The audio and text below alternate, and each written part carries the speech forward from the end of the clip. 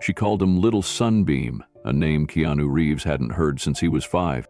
But when he found out who she really was, and the secret she carried for 40 years, it shattered everything he thought he knew about his past. And what she asked him to do next would test the very heart of who he is. Before we continue this incredible story, let us know where you're watching from. If you enjoy stories like this, subscribe to the channel, because tomorrow we have another inspiring story you won't want to miss. The rain had cleared just an hour before Keanu arrived at the Senior Care Center in East Los Angeles. He wasn't there for publicity. In fact, he'd asked the press to stay away. This wasn't about headlines or speeches. It was about listening. He had quietly funded the launch of a new program connecting volunteers to isolated elders, and today was its soft opening.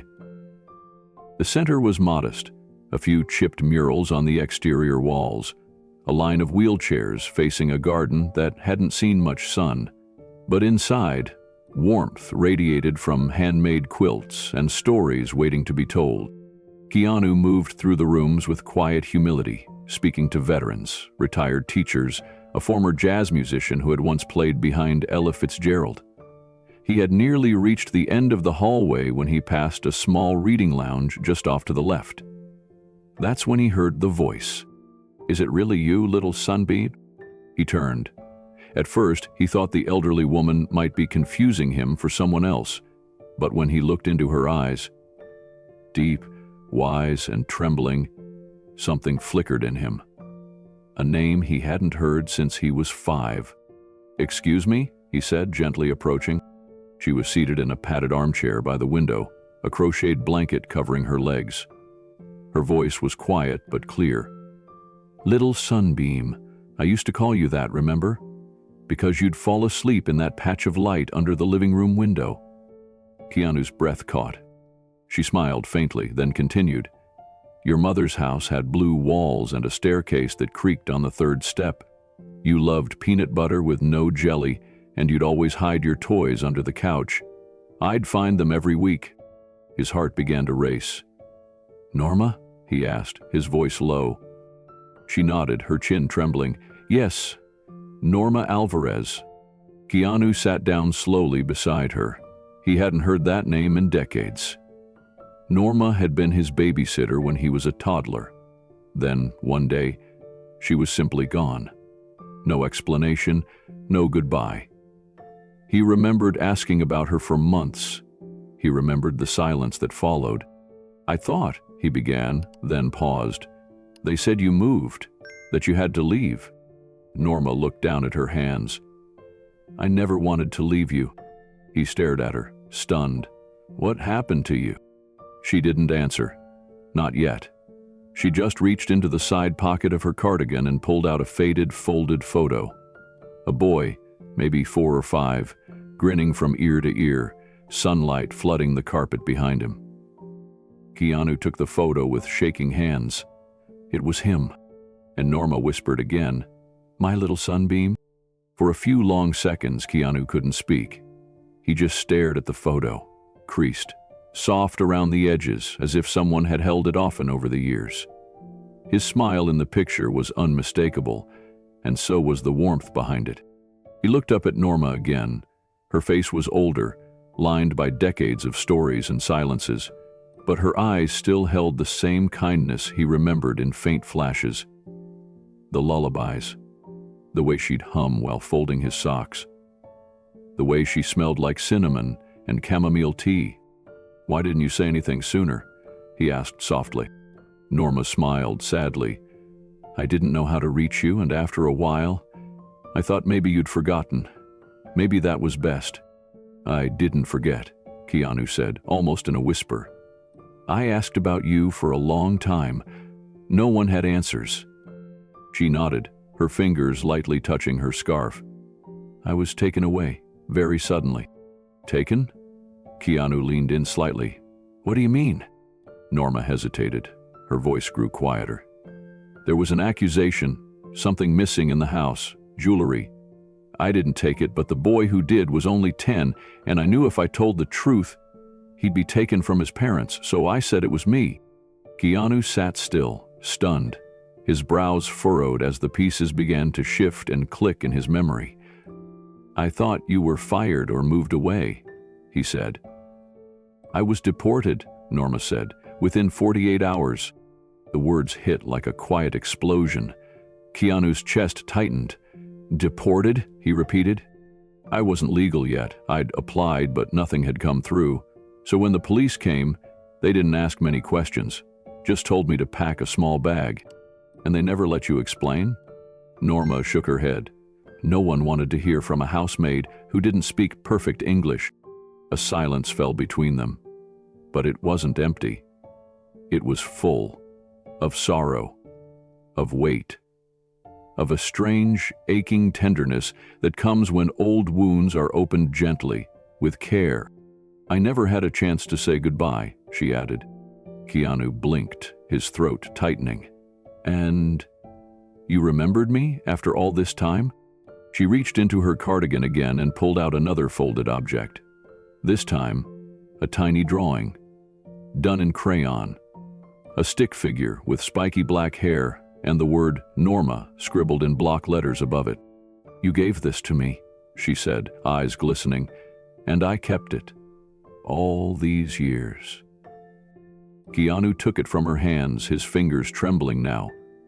"I must have been 4. You were always drawing little pictures, always giving them away like gifts." Keanu let out a breath that was half a laugh, half a sigh. "I don't remember doing it. But I'm so glad you kept this." They sat there for a long moment, side by side. Then Norma reached out slowly and placed her hand gently over his. "I didn't think I'd ever see my little Sunbeam again." Keanu squeezed her hand, eyes damp. "You just did." They stayed like that for a while, hands clasped gently, generations bridging decades in silence. Finally, Keanu leaned back, still absorbing everything. "Why were you at this center? Do you live here?" Norma nodded. "Yes. The staff here have been kind. After I got sick, I moved back to the States, under a special compassionate program for elderly migrants. I didn't think I'd last long, to be honest, but maybe something was keeping me here until I saw you." Her words settled heavily between them. Keanu looked around the room. Sunlight pooled across the floor in soft streaks. Residents wheeled quietly by in the hallway. A nurse passed with a gentle nod. Everything felt still, but something inside him was shifting. Awake. "Why didn't anyone tell me you were here?" he asked, his voice lower now. "If I'd known, Norma interrupted, not unkindly. "You couldn't have known. No one here knew our history. I only recognized you from the TV when the center partnered with your foundation. That was last week." She smiled. "I had to be sure it was really you. The way you walked, the way you laughed. I watched you from the end of the hall when you spoke with the nurses, and then today, I couldn't wait anymore." Keanu looked down at her wrinkled hand over his. It was warm, fragile, steady, like a root from a forgotten tree finding its way back to the light. "Do you have any family?" he asked softly. Norma's expression changed, just slightly, a shift in her jaw, the weight behind her eyes. "I had a son," she said, "back in Mexico. His name is Mateo." Keanu held her gaze. "I left him with my sister when I came to care for your family. He was 3 months old. I wanted to send for him once I was settled, but after I was deported, I couldn't get back. I was afraid of what he'd think of me, and by the time I found where he'd been raised, he didn't want contact. Does he know you're here now?" "No," Norma said. "I've written letters. I never got a reply. I think maybe he feels abandoned." Keanu's heart twisted. It was a quiet kind of heartbreak. Not loud, not dramatic, just deep, like something ancient breaking in slow motion. "It wasn't abandoned," Keanu said. Norma blinked. "What?" "You didn't abandon him," Keanu repeated. "You sacrificed everything. For him, for me." She gave a small nod, lips pressed together as tears threatened. "I never stopped thinking of him, she said, but I never wanted him to carry the shame of me being deported. I didn't want him to feel like I was weak or a criminal. You were neither. Norma's eyes closed for a second. I want to see him again, just once, before it's too late. Keanu didn't hesitate. Then I'll help you find him, he said. Her breath caught. She reached for a tissue, dabbing her eyes. I don't have much time, Keanu. Then we won't waste a second. She looked at him, his face so changed from the child she once held, and yet something about him still the same. Gentle, watchful, bright. You grew into a good man, she whispered. Keanu smiled softly. Because someone lit the path. They stayed like that until a nurse gently reminded them visiting hours were over. But something had already begun. Not just a reunion. A promise. A journey. A race against time to make sure no mother's love was left untold, and no child, no matter how grown, went another day believing they were forgotten. Keanu returned to the center the next morning. The memory of her voice had stayed with him through the night, pulling at something buried deep. As he entered the lounge, he found Norma sitting in the same corner, hands folded in her lap, as if she'd been waiting. She looked up and smiled. You came back. Keanu pulled up a chair beside her. I had to, he said gently. There was a silence, not heavy but full. Then she reached for her small tote bag and pulled out something wrapped in tissue. She handed it to him carefully. Inside was a paper airplane. It was creased and yellowed with age. Keanu turned it over in his hands, recognizing the crude drawing of a cloud and sun on the wing. His eyes widened. You remember Secret Sky, she said, voice cracking. That was the game he'd played as a child, where Norma would fold airplanes and tell him they could carry messages only the sky understood. He hadn't thought of it in decades. I kept this, she whispered, all these years. He set the plane on the table and leaned closer. You knew me. You really knew me. Norma gave a small, trembling nod. You loved chocolate-covered raisins, hated the color orange, and used to fall asleep listening to the lullaby I sang. About the river that never stopped flowing. Keanu stared at her. She closed her eyes and began to hum. The tune was soft, delicate, like wind over water. He swallowed hard. His mind wasn't just remembering, it was feeling. I never got to say goodbye, she murmured. They didn't let me. I begged, but they wouldn't let me see you. I was just gone. Her shoulders shook. Keanu instinctively reached out and held her hand. Her tears were quiet, but they carried the weight of years. Damie told me I had to leave the country, that I wasn't safe to be around children anymore. He stiffened. Why?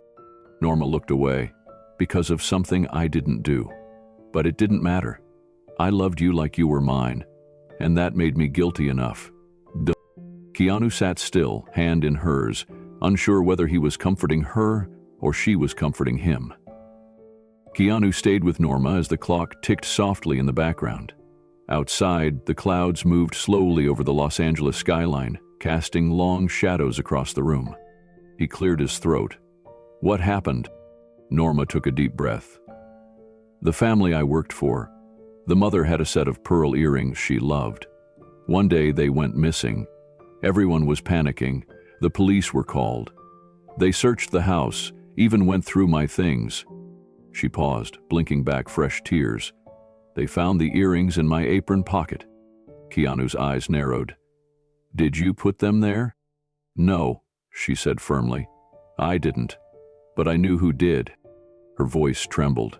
It was one of the children, not you, but someone else in the house, another boy. He didn't know any better. I saw him playing with them the day before. I couldn't let him be blamed. He would have been taken away, labeled. So you took the fall, Keanu said quietly. Norma nodded. I told them I was sorry, that it was my mistake. I thought they would forgive me or at least let me say goodbye. Keanu sat back, speechless.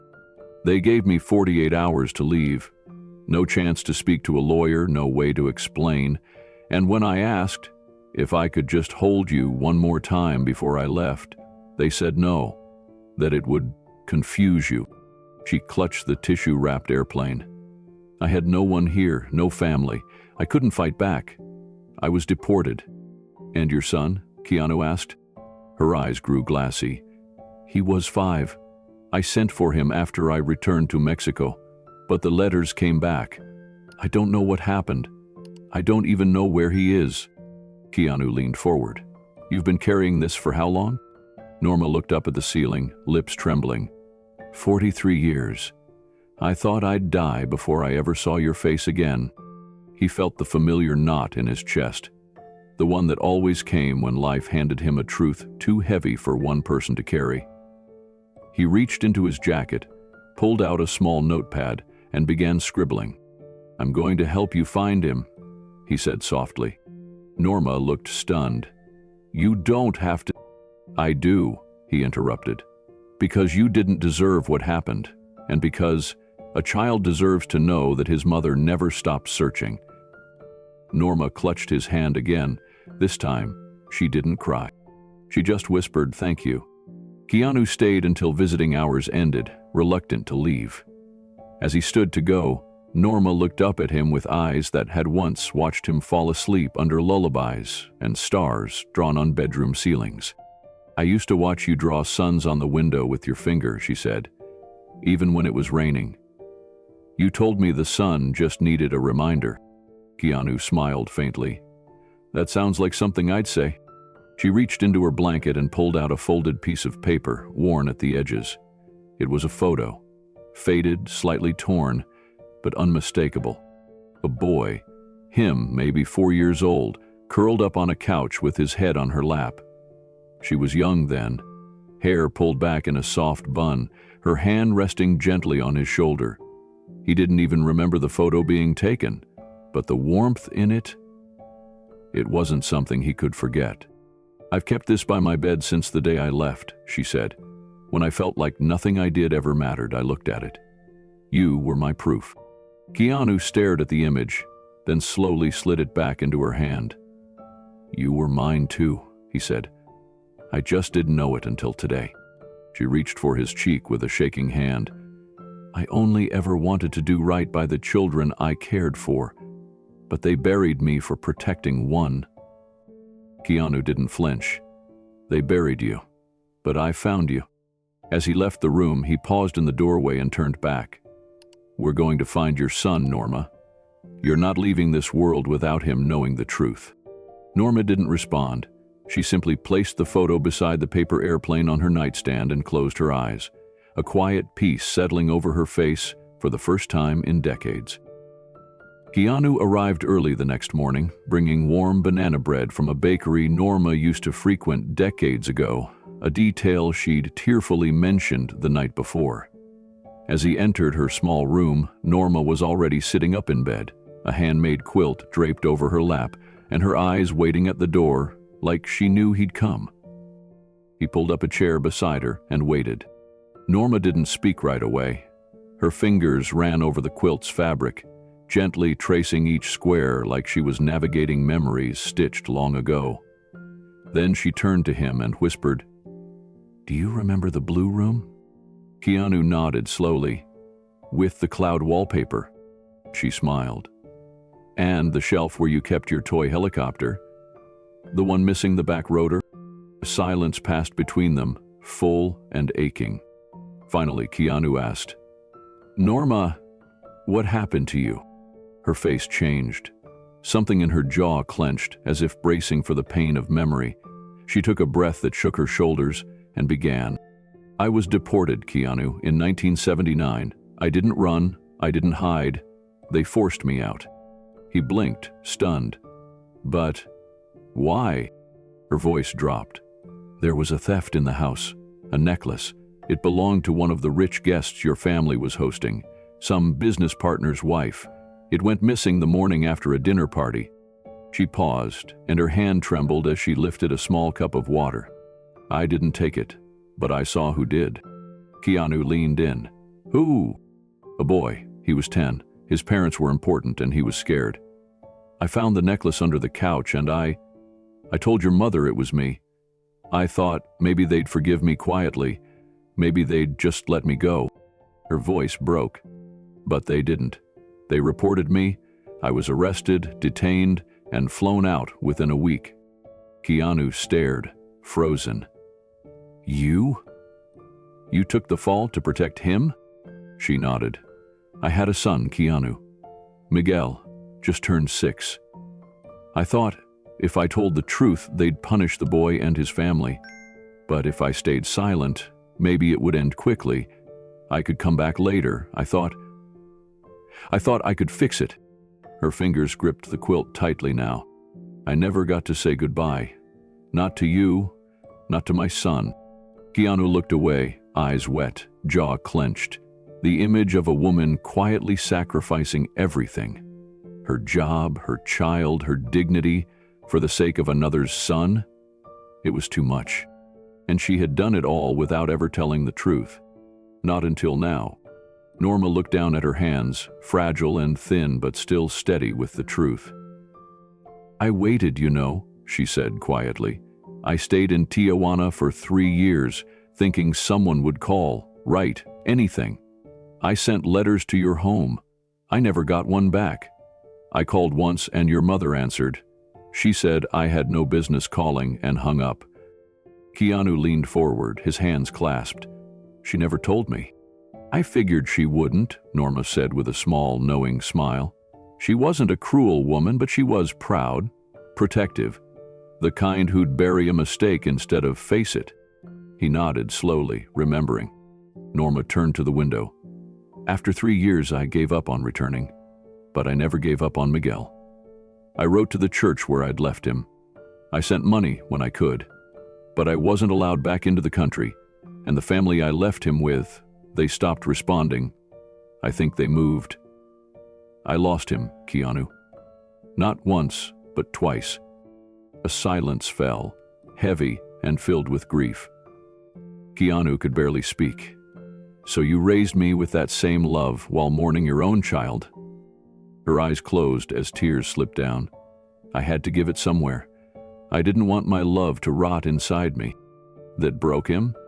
He stood, walked across the room and took her hand gently. "You didn't rot, Norma. You carried something beautiful. I remember how safe I felt with you, that lullaby you hummed, that ridiculous stuffed flamingo you gave me when I was sick." She smiled through tears. "Flammy." "Yes," he laughed weakly. "Flammy." Norma took a breath. "I thought I would die without ever knowing if any of it mattered, if I'd been remembered." Keanu didn't hesitate. You are. I thought you were a dream for years. My mother said I made you up." He knelt beside her chair. "You were the first person who ever made me feel seen." Norma's lips trembled. "Then it was worth it." There was a long pause. Outside the window, the sky was beginning to dim. She broke the quiet. "There's something else." Keanu looked up. She reached into the bedside drawer and pulled out a folded photograph. Its edges were soft from time, its surface cracked. It was a picture of her and a little boy, maybe 5 or 6, standing in front of a white stucco house. The boy was holding a red balloon. "Miguel," she said. "The last photo I ever got. Taken by a neighbor, mailed to me in 1982. I haven't seen him since." Keanu stared at the child's face. Something in it tugged at him, something familiar, like an echo. Norma looked at him. "I want to find him. Before I go, can you help me?"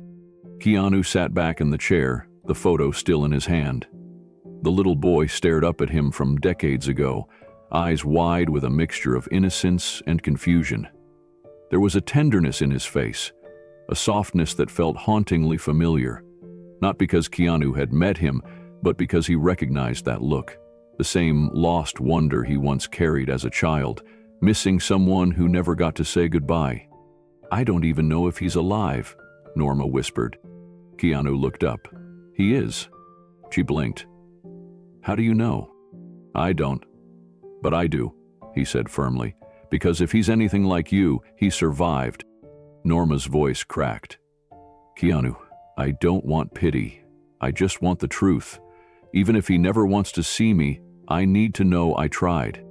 "You deserve that," Keanu replied. She reached for his hand. "So many years I spent thinking I was erased, that my whole life had been a mistake that no one remembered."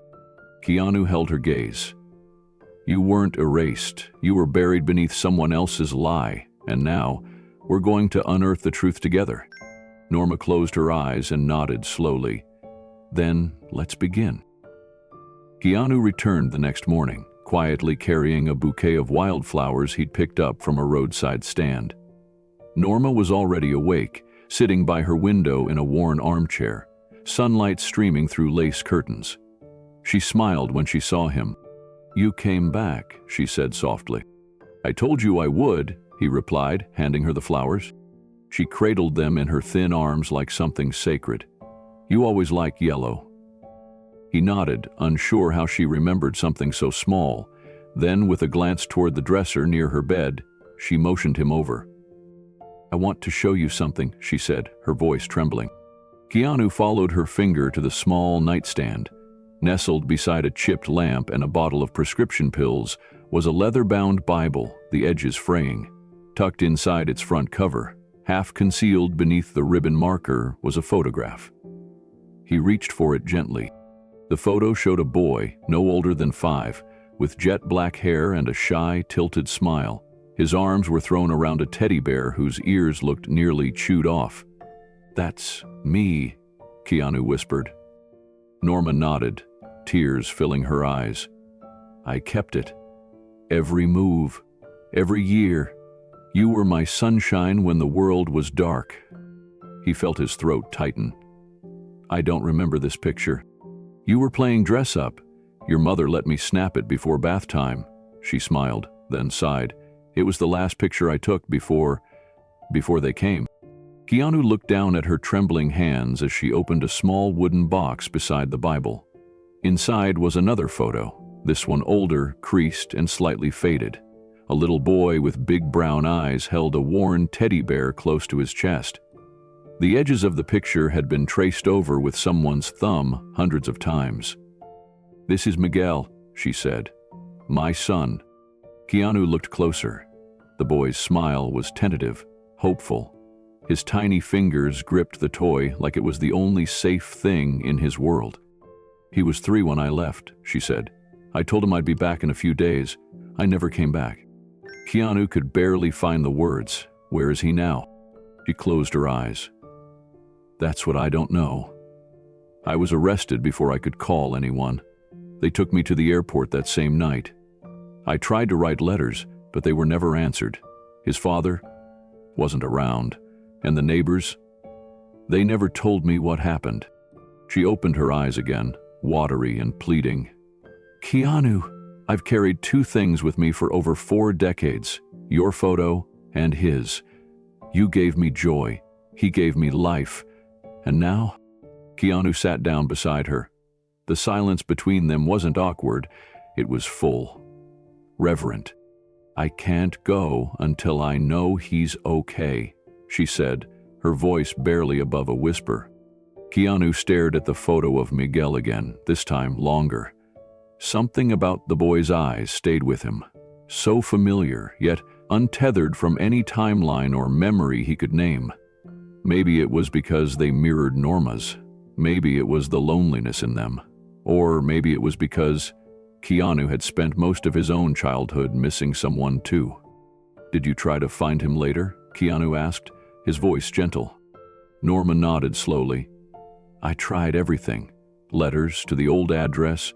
I even saved up to hire someone once, but they said the family had moved years ago. All I had was that photo."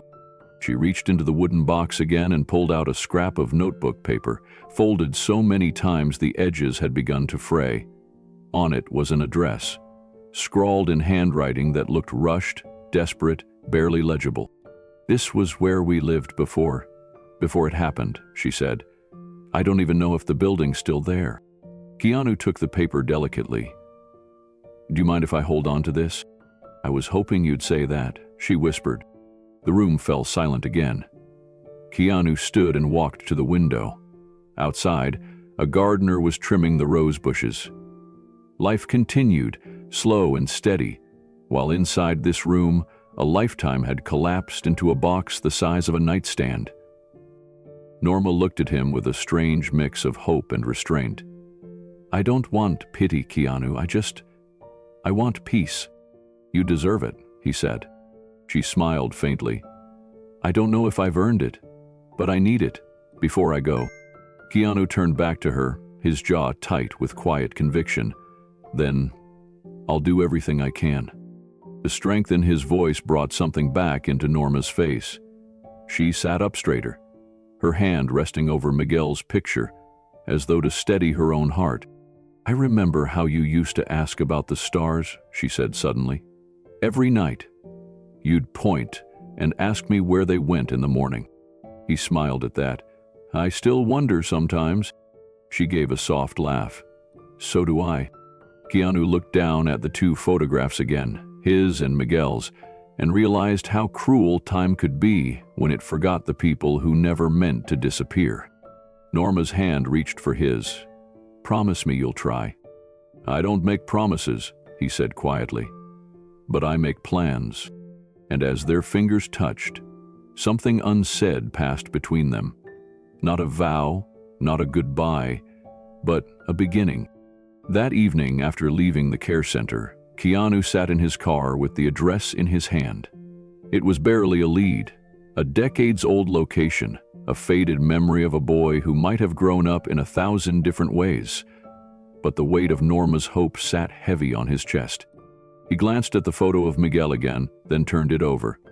On the back, written in pencil, were just two words: "Mi cielo," my sky. It made him think of that game Norma had mentioned, the one she and Keanu used to play, Secret Sky. Suddenly fragments clicked into place. Him hiding under blankets with her, pointing at stars and picture books. Her whispering promises about always watching from the sky, no matter where he was. This wasn't just a mission, it was a circle long left open. That night, Keanu placed the photo of Miguel and the address on his desk. He lit a candle, the way Norma said she used to when she prayed for her son. Then he opened his laptop and began searching for every record, every trace, every name connected to that address. In a world where most things vanished without ceremony, Norma had remembered love through one small picture. Now Keanu would honor it the only way he knew how, not with noise or spotlight, but with action. The journey to find Miguel had begun. And somewhere, in her small room with two photos by her bed, Norma finally slept without clenching her hands. Keanu didn't sleep that night, not really. His body lay still, but his mind raced through time, piecing together the fragments Norma had given him. Photographs, prayers, and a name that hadn't been spoken aloud in decades. Miguel. The name hung in the air like smoke. He sat in his kitchen at 3 a.m., a steaming mug of green tea untouched in front of him. His laptop sat open, its screen casting a dull glow in the otherwise dark room. He'd run a dozen searches already. Public records, people finder databases, local archives from the neighborhood on the crumpled paper Norma gave him. Most of them led nowhere. Either too many hits or none at all. The address had been sold 3 times since the 1980s, no sign of Miguel. But Keanu didn't stop. He pulled up a handwritten notepad and began organizing everything he knew. Norma's deportation in 1979. Miguel, around age 3 at the time. A Los Angeles address. Rough part of town. No contact since then. Likely raised by someone else. Possibly changed his name. Could have been in the foster system. He stared at the last point, eyes heavy. The foster system. He'd seen it up close. Friends, crew members, kids who bounced from home to home like boxes in a moving truck, and once they aged out, many disappeared. No trail. Just another ghost lost in a system that was never built to remember them. Keanu's phone buzzed. It was a late-night text from Sophia, his longtime assistant and friend. He had messaged her earlier asking if she had any connections in child services or immigration record archives from the late 70s. She replied simply, "I know someone, retired caseworker, might help. Want me to call her in the morning?" Keanu responded, "Yes, thank you, please." Then he sat back in his chair, closed his eyes and let the silence of the night stretch. He could still hear Norma's voice, soft but unwavering. "I don't want pity, Keanu. I want peace." She wasn't asking for a miracle. Just to know her son was still alive, that he hadn't disappeared forever, that she hadn't been forgotten by the one person she had loved more than life itself. Keanu opened his eyes again and whispered aloud, "How many people have been erased just trying to protect someone else?" It wasn't rhetorical. It was a wound disguised as a question. And it was time he stopped wondering and started doing something about it. The next morning, Keanu met with Sophia and Malik in his home office. The walls were lined with film memorabilia and spiritual artifacts, symbols of stories told and truths pursued. Today, none of that mattered. They gathered around the kitchen island, their coffee growing cold as Keanu shared everything Norma had told him. Malik was quiet for a long while. Then he said, "She protected someone else's kid? And they sent her away?" Keanu nodded. "Man," Malik muttered, shaking his head, "how many people never even knew she was innocent?" Sophia pulled up the photo of Miguel from her phone, the one Keanu had scanned and saved. "This is all we have?" "For now," Keanu said. "But it's enough to start." She handed him a business card from the retired caseworker. Linda Merriman used to work with LA County Social Services during the late 70s and early 80s. She wasn't in the system anymore, but still kept archives for personal research. Sophia had found her through a foster advocacy nonprofit. Keanu called her that afternoon. Linda's voice was gravelly and kind. She had that tone people get after years of navigating bureaucratic cruelty. When Keanu explained the situation, briefly, carefully, respectfully, there was a pause on the other end. Then she said, "You're not the first person to call me about a ghost." "I don't need much," Keanu said. "Just a place to look." Linda agreed to meet him later that week. Said she might have old records in her garage, boxes she kept even after retiring, labeled by zip code and year. "If that address was under my coverage, I'll find something," she promised. After the call, Keanu felt something shift. He wasn't just chasing a name now.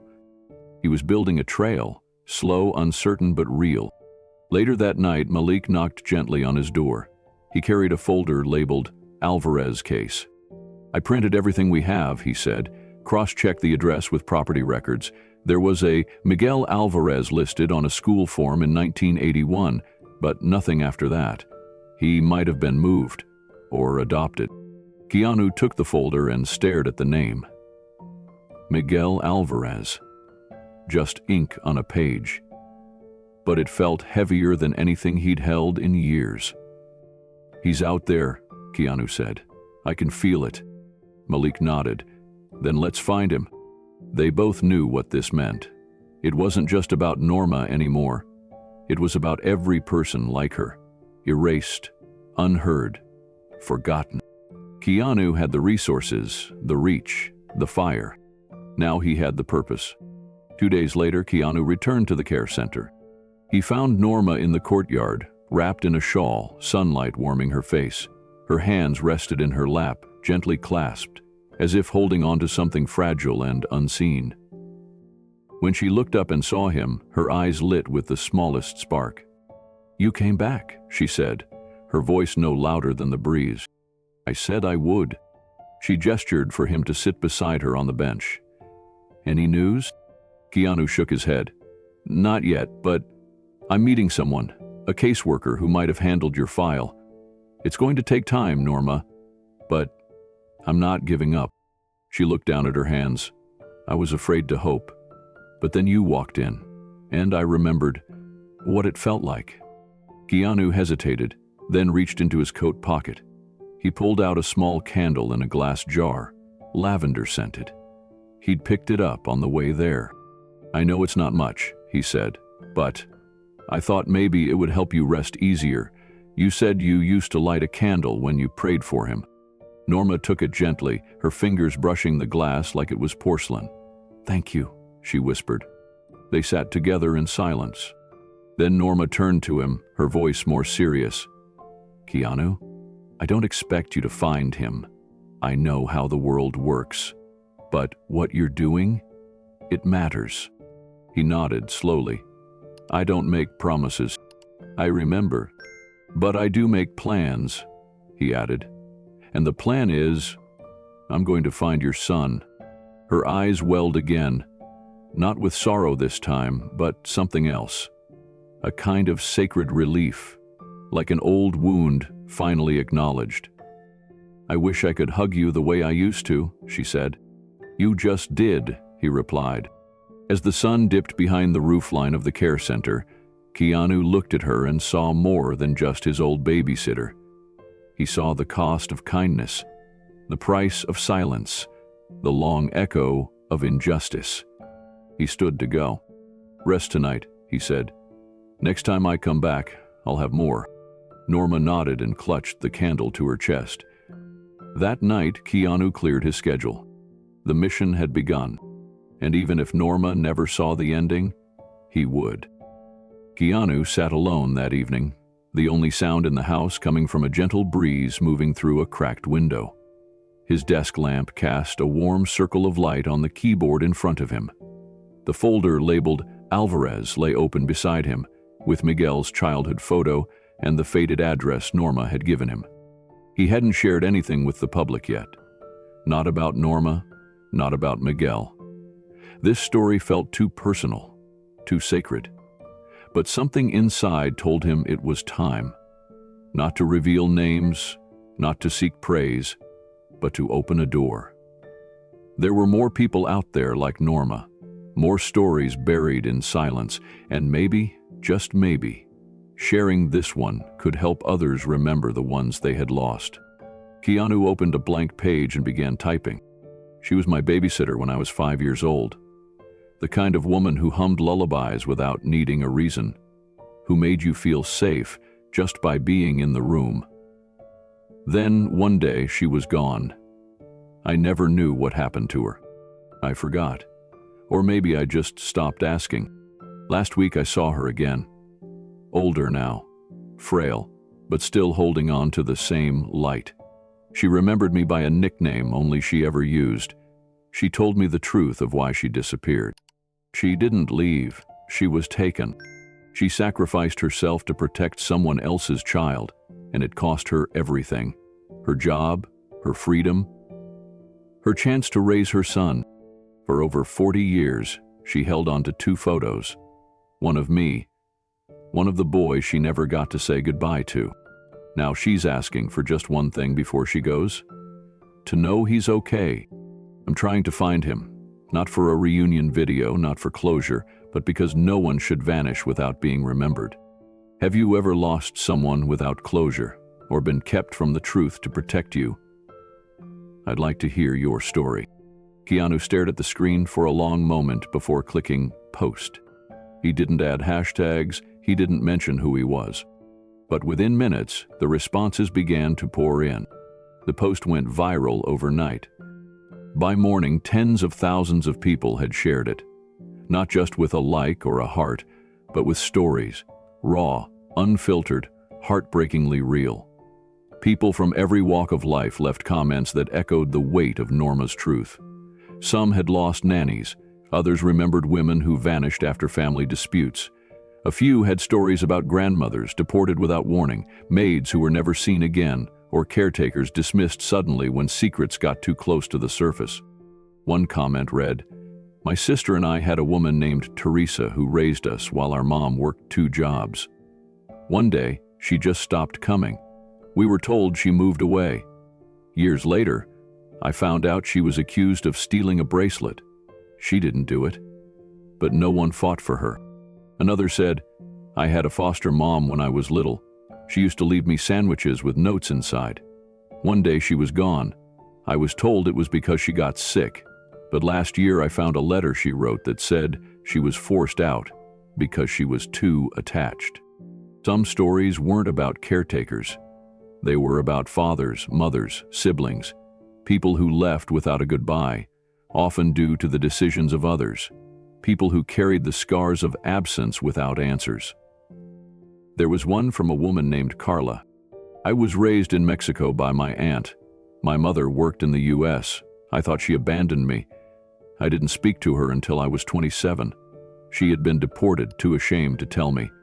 I wasted so many years hating someone who never stopped loving me. Keanu read every one, not just as a celebrity, not as an actor, but as a son, as someone who had been held once by a woman who loved him enough to carry his photo through 4 decades of loss. He didn't reply to most comments. He didn't need to. The thread took on a life of its own. People comforted each other, shared memories, exchanged messages in different languages. Stories poured in from across the world: Guatemala, the Philippines, Vietnam, El Salvador, Nigeria. Each one, like a piece of Norma's heart, reflected in someone else's experience. What Keanu had started wasn't just a post. It was a reckoning, a way of saying out loud what so many had kept silent for years. By the end of the week, Keanu's post had been translated into 12 languages and shared across news sites, podcasts, and advocacy networks. But none of that mattered to him as much as one simple fact. Norma had read it. Sophia printed out a stack of the most heartfelt comments and brought them to the care center. Norma sat by the window again, a blanket draped over her knees, and held each page like a letter from the past. "These people," she whispered, scanning the lines. "They understand." She paused on one in particular. It was from a man in Arizona. "I was 10 when they took my abuela away. She wasn't documented, but she raised me when my parents couldn't. I never found her again. I still talk to her in my dreams. I hope she knows I turned out okay." Norma smiled gently, her thumb tracing the ink like it was a prayer. Keanu visited later that day. She didn't say much, but he could tell from the softness in her expression that something had changed. She looked lighter, not healed, but heard. He sat beside her and showed her the final count. Nearly 300,000 responses, tens of thousands of shares. Over 1 million people had seen her story. Not her name, not her face, but her truth. Norma looked out the window. "For years I thought maybe I imagined it, that the love I gave was too small to matter." Keanu shook his head. "It mattered." She took his hand, her grip still surprisingly steady. "Promise me something?" "Anything. Don't forget the others." He nodded, feeling the weight of her request. Because this wasn't just Norma's story. It was one story in a sea of many. And behind every missing photo, every unexplained absence, there was a face, a name, a love that never got the ending it deserved. Later that night, Keanu recorded a short video, simple, raw, filmed with his phone in a quiet corner of his home. He looked into the lens and said, "Thank you for sharing your stories. If you ever wondered whether your memories mattered, let me tell you, they do. We see you, and we're listening." Then he ended with the same question he'd asked in his post. "Have you ever lost someone without closure, or been kept from the truth to protect you? Tell me. Tell each other, and maybe, together, we can start to remember the ones we were told to forget." Keanu stood on the edge of a dirt road, watching as the wind swept dust across a narrow path that led through the hills of Baja, Mexico. Behind him, Malik closed the rental car door and adjusted the strap of his backpack. The heat pressed against them like a hand, firm but not unbearable. The trip had started with a few pages, Norma's old letters, kept folded in a tin box beneath her Bible. The postmarks were faint, the ink nearly erased, but one detail stood out: a return address from a village just outside Ensenada. It was the only real lead they had. The drive had taken most of the day, weaving along coastal roads and winding mountain passes. Now, as they entered the village, everything felt suspended in time. The buildings were low and sun-bleached. Bougainvillea vines curled around faded wooden posts. A group of children kicked a soccer ball near a rusted water pump. Keanu and Malik walked toward the village square. There was no tourist map, no street signs, just a church, a bakery, and a one-room post office. Keanu carried a photo of Miguel tucked into a leather folder. It was the same photo Norma had shown him. The boy with the teddy bear, full of quiet hope. They stopped at the bakery first. A woman in her 60s stood behind the counter, rolling dough with practiced ease. Keanu introduced himself in Spanish, explaining that he was looking for someone, a boy named Miguel who would have lived here over 40 years ago. His mother's name was Norma. The woman looked up slowly. Then she nodded, almost imperceptibly. There was a boy like that, she said, but he wasn't a boy for long. Keanu leaned forward. Do you remember what happened to him? The woman wiped her hands on a cloth and stepped out from behind the counter. Bill lived with his mother until one day she was gone. People said she went north and never came back. After that, he changed. Quiet, distant. He stayed with a neighbor for a while, but he never smiled much after. Malik stepped closer. Do you remember the neighbor's name? She frowned in thought. Senora Estella. She passed away some years ago, but the church keeps records. If the boy was baptized or enrolled in classes, you might find something there. Keanu thanked her, then looked at Malik. This wasn't just a lead. It was a footprint, and they were getting closer. The village church stood at the top of a gentle hill, a short walk from the square. Its white stucco walls were cracked with time, and the bell tower leaned slightly to one side. Inside, the air was cooler, scented faintly with melted wax and old wood. Keanu stepped quietly through the open doors, followed by Malik. A single candle flickered near the altar, and a woman in her early 70s sat near the front pew, reading a worn Bible. When she noticed them, she stood and greeted them warmly. Her name was Sister Camila. Keanu explained their visit with quiet respect, keeping his voice low out of reverence for the space. He told her about Norma, the village, and a boy named Miguel who had been around 6 when his mother left. Sister Camila listened without interruption. When he showed her the photo, she didn't speak right away. She took the picture in both hands, studying it closely. Then she looked up. I remember a child like this, she said.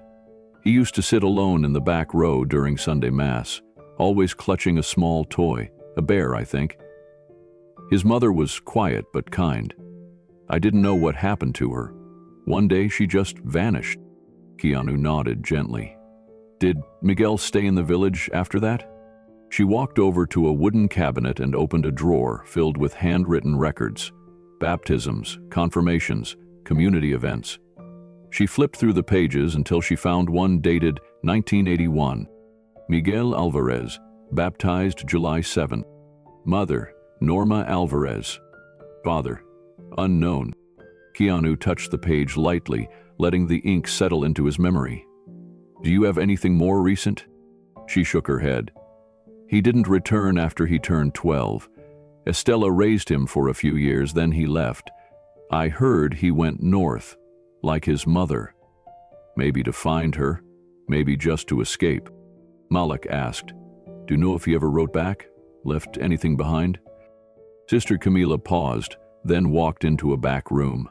When she returned, she carried a small box filled with lost and found items. Inside were scraps of paper, old bulletins, and a folded drawing of a boy holding a teddy bear beneath a star-filled sky. There were no words on it, just a small signature in the corner. M. Keanu took the drawing and felt something shift. That game Norma used to play, Secret Sky. It had followed. Miguel, too. And it meant he hadn't forgotten. They spent the rest of the day visiting homes along the outskirts of the village. Some residents were too young to remember. Others offered fragments of memories of a boy who walked alone to the riverbank, who carved animals out of driftwood, who stopped talking much after his mother left. At one house, an older man named Tomas recalled something different. I knew Miguel, he said. We were in school together. He was smart, quieter than most, but he had a good heart. Keanu sat with him on the porch, listening closely. One time he got into a fight. Some older boys made fun of him for not having a father. They said his mom abandoned him. He didn't say a word, he just stared at them. And then he said, "She didn't leave, she was taken." Tomas looked away, his voice heavy. That line stayed with me. I didn't understand it then, but now, maybe I do. Keanu asked if Tomas had any idea where Miguel had gone after leaving the village. And said something once, that he wanted to cross the border. Said he'd find the stars his mom used to point to. I didn't know what he meant, but he had this map he'd drawn, just lines and dots. He told me it was a path. Keanu leaned forward. "Do you still have it?" Tomas disappeared into the house. A few minutes later, he returned with a notebook, its cover faded and soft. Inside were scribbles and sketches from long ago. One page had been torn out roughly, but on the next there were faint pencil lines, a rough trail leading north. It wasn't a real map, but there was a name near the top. Tijuana. Malik spoke up. That's where a lot of people crossed. If he made it there, he might have found work, maybe shelter. Keanu looked back at the church in the distance. Norma's letters had ended before she ever mentioned Tijuana. But if Miguel had made it that far, it might explain the silence. He may have assumed his mother had chosen not to follow. Or maybe he'd lost faith that she even remembered. As the sun dipped behind the hills, casting long shadows over the village, Keanu stood on the road holding the drawing from the chapel and the notebook from Tomas. Miguel was real.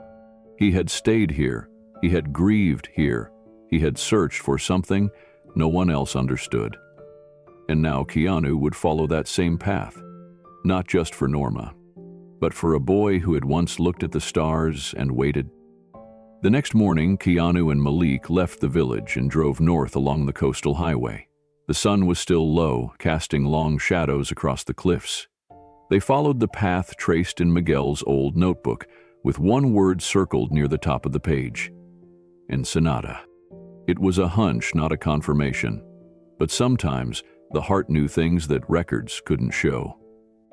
By early afternoon, they reached a quiet neighborhood on the outskirts of the city. Old cinder block houses stood side by side with modest shops, a grocery store, a barber, a small mechanic shop with an open garage and a battered sign, Alvarez Auto Repair. They parked across the street. Keanu stayed in the car for a few minutes, watching. Inside the garage, a man in his 40s stood over a truck with the hood popped open.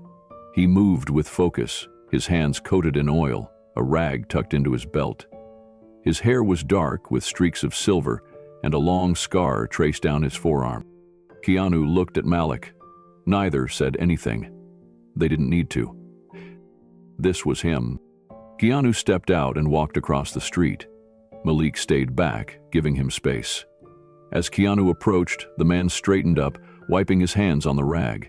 He looked up, eyes narrowing slightly. "Can I help you?" Keanu took a breath. "I hope so. Are you Miguel Alvarez?" The man nodded, cautious. "Yeah.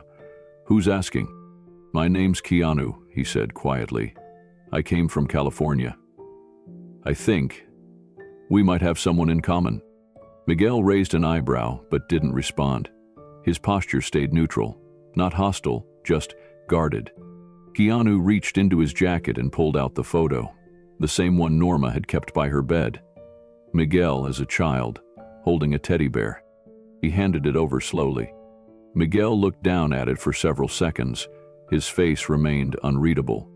"Where'd you get this?" he asked. "From someone who remembered you," Keanu said gently. "A long time ago." Miguel exhaled through his nose and handed the photo back. "It's old. Haven't seen it in years. Do you remember when it was taken?" Miguel shrugged. "Not really. That bear was all I had for a while. Then, one day it was gone, like everything else." He turned back toward the engine he'd been working on. Keanu didn't push. He waited, letting the silence settle. After a moment, Miguel spoke again, quieter this time. My mom took that picture, I think, before she left. Keanu nodded slowly. She didn't leave easily. Miguel didn't answer. His hands went back to the engine. The conversation wasn't over, but it had begun. Miguel offered Keanu a chair in the corner of the garage while he finished working on the truck. The place smelled of rubber and motor oil. Tools lined the back wall with precision. There was a rhythm to the space, a kind of control that came from doing the same task 1,000 times. It was clear this wasn't just a job for Miguel. It was a life built on staying busy. Keanu didn't interrupt. He let the sound of the socket wrench fill the air. When Miguel was done, he wiped his hands again and grabbed 2 bottles of water from a cooler near the door. He handed one to Keanu and leaned against the workbench. "So," he said, "you come all this way to talk about someone I haven't seen since I was 6? Keanu met his eyes. "I came because she never stopped looking for you." Miguel tilted his head, his voice flat. "Funny, you're the first one who's ever said that." Keanu didn't correct him, he just let the silence speak. Miguel looked down at the photo again, now resting on the workbench. "I barely remember her face. I remember a song she used to hum. I think it was about the sky." He tapped the table softly. "After she left, I waited on the porch for weeks. Every time a car came down the road, I thought it might be her. It never was." Keanu nodded gently. "I've heard you were quiet as a kid." Miguel gave a dry chuckle. "Still am." "You were raised by someone named Estela?" "Yeah," he said. "She was kind. Didn't have much, but she fed me, took me to church. I owe her more than I can say." Keanu sipped his water. "Did she ever talk about your mom?" Miguel shook his head. "Not really. Said she didn't know what happened. That sometimes people go north and never come back. After a while, you stop asking." His words hung there. Not angry, just tired. Keanu studied his face. The resemblance was still there. The eyes, the cautious mouth. Norma's son, whether he saw it or not. Miguel crossed his arms. "So why now? After all this time?" Keanu chose his words carefully. "Because sometimes people carry the weight of an old wound for so long, they forget it still matters. But for her, it did. She kept your photo next to her bed for 40 years? Miguel didn't move. His face gave nothing away. Then he said quietly, 40 years is a long time to hold on." Keanu nodded. "She said it was the only piece of her heart she couldn't bury." Miguel looked down again, still guarded, but listening. The next hour passed slowly. Miguel showed Keanu around the garage, not as a tour, but as a distraction. He pointed out some of the older cars he'd restored. An old Chevy truck from the 60s, a Volkswagen van he kept for himself. He worked on them at night, said it helped keep the ghosts quiet. Keanu asked if he had family now. Miguel shook his head. "Never settled down. Had a couple of chances, but I never felt like I could ask someone to build something with me when my foundation wasn't even whole." He said it with a small smile, like it was a joke. But Keanu heard the truth in it. They sat under a tree behind the garage where there was a rusted metal bench and a patch of shade.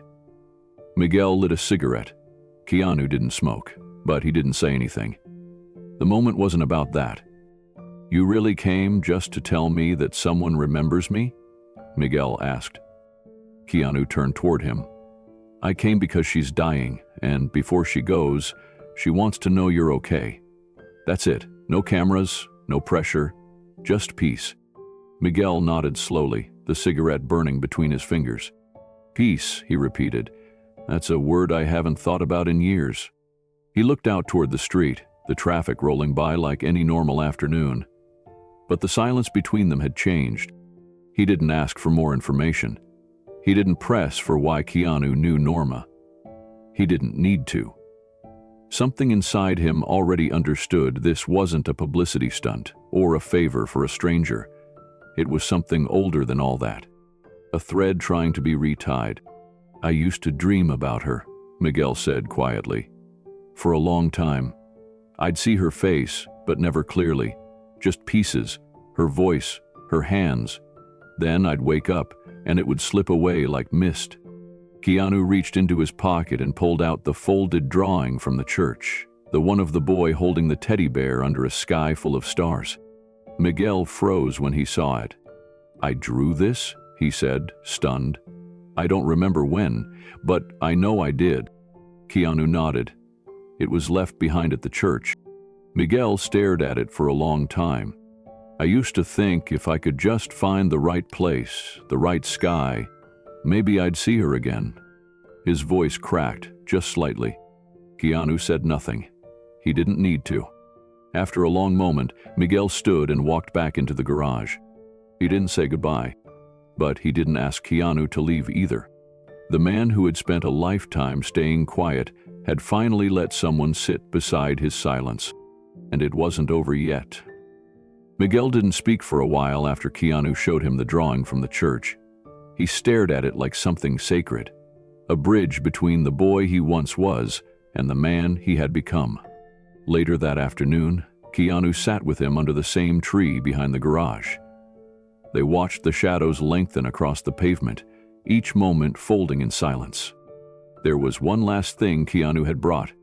He reached into his backpack and pulled out a small envelope.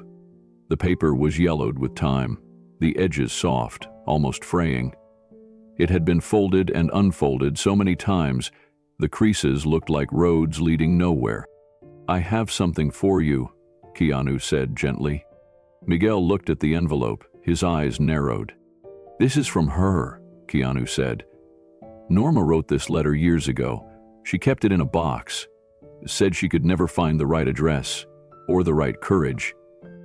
Miguel hesitated, then reached out and took it slowly. He held it with both hands, careful not to bend it further.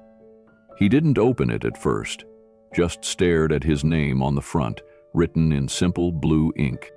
Miguel. He ran his fingers over the letters, like he was trying to remember what it felt like to be seen. You can read it now, Keanu said, or whenever you're ready. Miguel shook his head. If I wait, I might never do it. He opened the flap slowly, lifting the letter from inside. The paper was lined, written on with a ballpoint pen in careful script. Miguel held it up, took a deep breath, and began to read. My sweet Miguel, if you are reading this, then somehow, after all these years, this letter found its way to you. I pray that it did. I need to tell you something that I never got the chance to say. I didn't leave you. They made me disappear. One night I was taken, arrested, accused of something I didn't do. I thought I'd be home in a few days. I thought I'd call someone and explain, but they took me straight to the airport.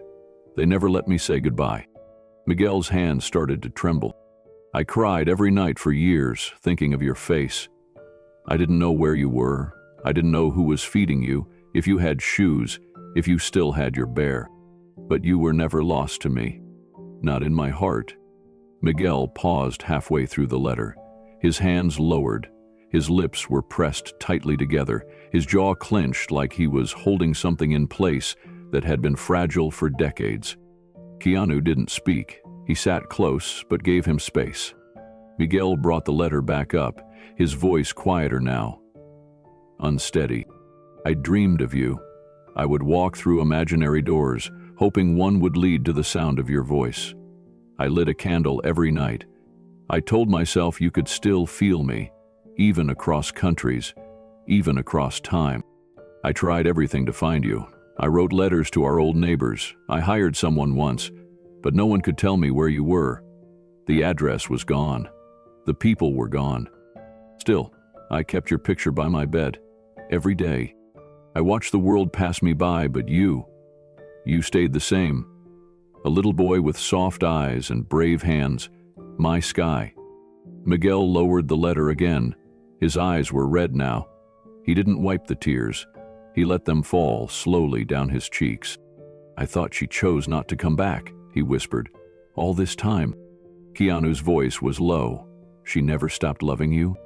Miguel shook his head, a mixture of disbelief and pain crossing his face. I was so angry. I hated her for leaving. I told myself I didn't need her, but I did. I did. Keanu looked out toward the road. She blamed herself for not fighting harder. But she never let you go. Miguel's fingers trembled as he continued reading. If I could tell you just one thing, it would be this. You are the greatest gift I ever received. You made me brave. You made me believe in joy. And I am so, so sorry. I never got to see you grow up. Never got to hold your hand when you were scared. Never got to cheer when you learned to ride a bike. But I have loved you in every breath I've taken since. If you're reading this, then maybe I get one last chance to say it. You were never forgotten. Not for one day. With all my love. Your mother, Norma. When he finished, Miguel folded the letter carefully and placed it back into the envelope. He pressed it to his chest and closed his eyes. I waited for a letter, he said. As a kid, I checked the mailbox every day. Then I stopped. Thought it meant she'd moved on. I didn't know. You know now, Keanu said. Miguel didn't answer, but his silence had changed. The sun was beginning to set, casting orange light across the garage wall. Miguel sat back on the bench, the letter still pressed to his chest, breathing like someone who had just finished running a race they never meant to enter. She remembered the bear, Miguel said softly. She remembered everything, Keanu replied. Miguel leaned forward, elbows on his knees. I spent years thinking I was unwanted. It shapes you, makes you hard, makes you quiet. He looked up. But this undoes some of that. Keanu rested his hands in his lap. That's what she wanted, not to erase the pain, just to tell the truth before time ran out. Miguel nodded. Is she still alive? Yes, Keanu said, but she's weak. She's at a senior care center. That's where I met her again. I hadn't seen her since I was 5, but she remembered me. She remembered everything. And she asked me to find you. Miguel's lips parted slightly. She remembered you? She called me Little Sunbeam, Keanu said with a smile. That was enough. Miguel laughed. Just once, then shook his head in disbelief. After all this time. They sat in stillness for a while. Eventually, Keanu spoke again. She doesn't expect anything. She just wants to know you're okay. Miguel nodded slowly. I don't know what to say to her. You don't have to say anything, just be there. That's enough. Miguel looked at the letter again. If I go, it won't fix the past. No, Keanu said, but it might give both of you a little peace.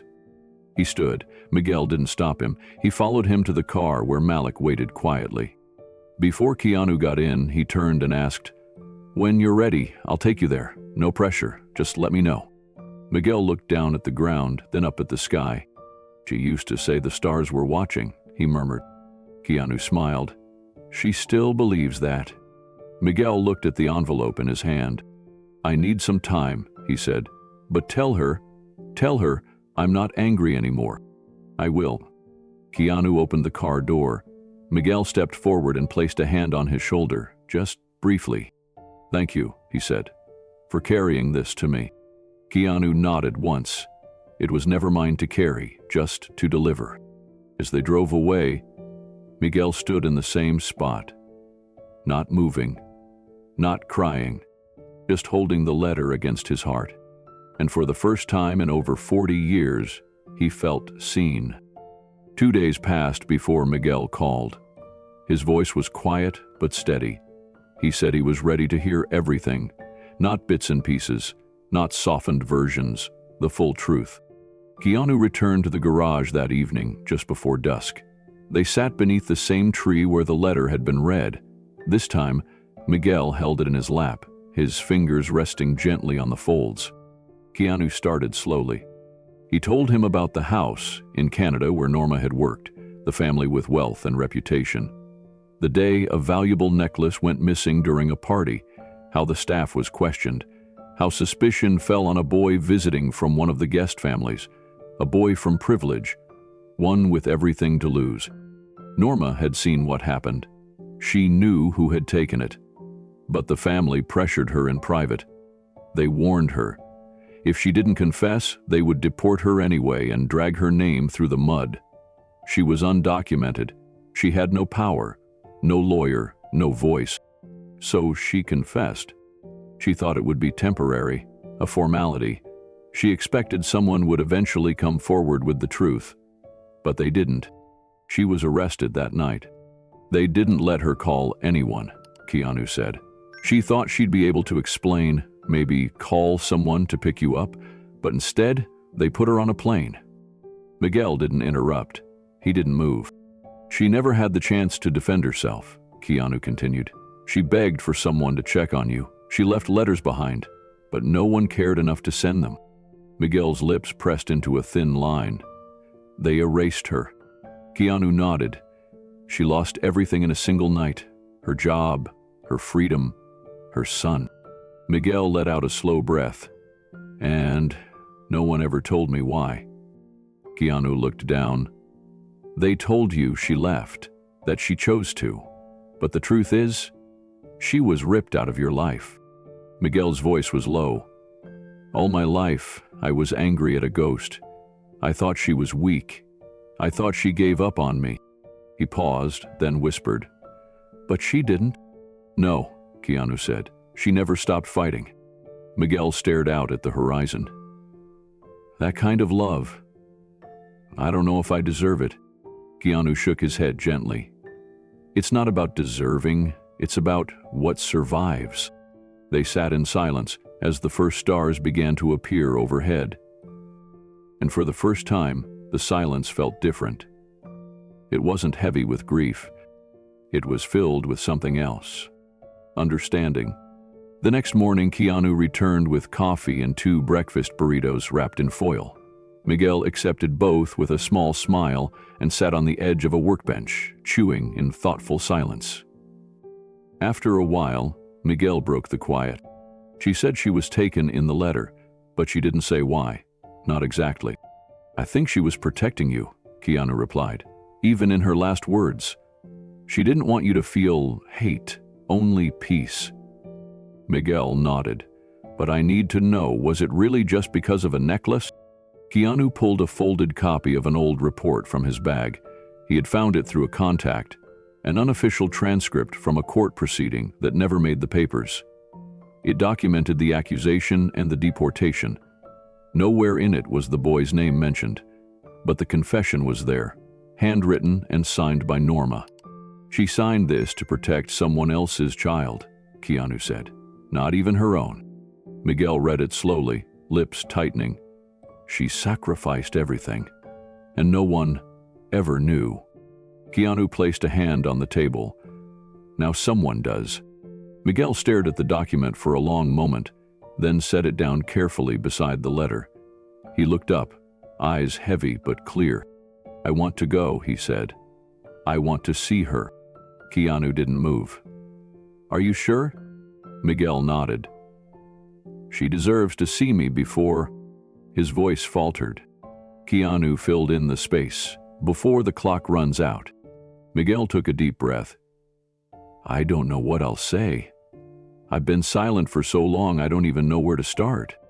You don't need the perfect words, Keanu said. Just the truth.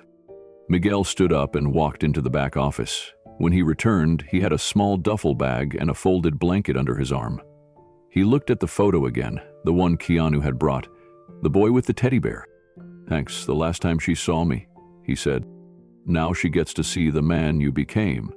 Keanu called Sophia on the way back. She arranged for a flight, a hotel near the care center, and cleared a path for privacy. No cameras, no press, just family. As they pulled out of the driveway, Miguel looked out the window and whispered, I hope she can forgive me for believing the worst. Keanu shook his head. She already has. Miguel didn't reply, but he leaned back in his seat, eyes closed. Not hiding, just preparing. The plane touched down in Los Angeles just after sunset. Sophia met them at the gate and handed Miguel a small gift bag. Inside was a lavender candle, the kind Norma used to light when she prayed. Miguel turned it over in his hand, nodded once, and whispered thanks. They didn't go to the care center right away.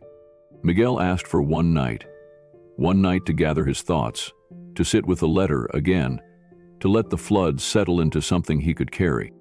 He and Keanu stayed at a quiet hotel outside the city. No noise, no distractions. Miguel sat by the window most of the night, looking up at the stars. The next morning, he was ready. They arrived just before visiting hours opened. Keanu led the way down the familiar hallway, passing nurses who nodded in quiet recognition. The halls were filled with morning light. At the doorway to Norma's room, Miguel stopped. His breath caught. Keanu placed a hand on his shoulder. "Who's resting," he said, "but she wakes easily." Miguel nodded. He stepped inside. Norma lay in her bed, her eyes closed, her hands resting gently on a folded blanket. The Bible still sat on her nightstand. The photo of Miguel was tucked just beside it. She stirred. Miguel stepped forward. She opened her eyes slowly. For a moment, she didn't speak. She just looked at him. Her gaze moved from his face to his hands to the small duffel bag slung over his shoulder. Then she whispered, "Miguel?" He nodded. Her hand moved, reaching slightly. He crossed the room and knelt beside the bed. "I'm here," he said. Her eyes welled with tears. She touched his cheek with trembling fingers. "I prayed," she whispered. "Every night." He covered her hand with his own. "I read your letter. I know the truth now." She shook her head gently. "I didn't want to make you carry it." He smiled through tears. "But it's part of me, and I'm not angry anymore." She tried to speak again, but her voice faltered. He leaned closer. "You don't have to say anything," he said. "I'm not here for answers." She closed her eyes, and a tear slipped down her cheek. "I'm here for you." The room held stillness. Not silence, but stillness. The kind that comes when something broken has finally started to heal. Keanu stood by the door, his throat tight. Forgiveness didn't come with thunder. It came in the soft sound of a mother's breath returning steady, and a son's presence, offered without condition. Miguel stood at the threshold of Norma's room, his breath shallow, heart racing. Even though he had said he was ready, nothing could have prepared him for this moment. The last time he had seen her, he was 6 years old, holding a teddy bear in his arms, asking why she wasn't home yet. That boy was long gone, but the ache in his chest had never really changed. Norma lay quietly beneath a soft blanket, her face thinner than the photo he carried. Her hair had gone fully gray and her skin was pale and papery. The lavender candle on her nightstand had burned down halfway. It filled the room with a soft scent, familiar and peaceful. Miguel could hear the rhythmic beeping of a monitor in the corner, the only sound aside from the slow breeze brushing through the open window. Keanu stood behind him in silence, offering no words, only presence. Miguel stepped inside. With each step, the weight of the years fell heavier on his shoulders. He reached the edge of her bed, but didn't speak. He looked down at her face, memorizing the shape of her mouth, the angle of her cheekbones, trying to find the pieces of memory buried deep inside him. Her eyelids fluttered. Then, slowly, they opened. Her gaze took a moment to focus, but when it did, her breath caught. She stared at him like someone seeing a miracle. For a long time, neither of them said a word. Miguel knelt beside the bed. His knees touched the linoleum floor, and he lowered his head. "I'm not here for answers," he said softly. "I'm here for you." Her mouth trembled. Her hand lifted slowly, almost uncertainly, and reached toward his face. Miguel leaned in, and her fingers brushed his cheek. "You never stopped being my son," she whispered. His shoulders shook. Tears began to fall silently as he leaned closer, pressing his forehead gently against her hand. "I missed you," he said, his voice breaking. She closed her eyes again, tears slipping from beneath her lids. Her fingers moved through his hair with fragile reverence. I dreamed of this, she whispered. He nodded, swallowing the lump in his throat. Me too. Keanu, standing near the doorway, turned his face away as his own eyes welled. There was nothing he could add. This was their moment. 40 years of silence had collapsed into a single sentence. And it was enough. Norma's breathing grew easier as Miguel sat beside her, holding her hand between his. She didn't need to ask him what had changed, or how he had found her. It was as if none of that mattered now. The past had happened, but the present, this fragile, flickering present, was something neither of them had believed they'd ever get. She smiled faintly. Your hands are warm.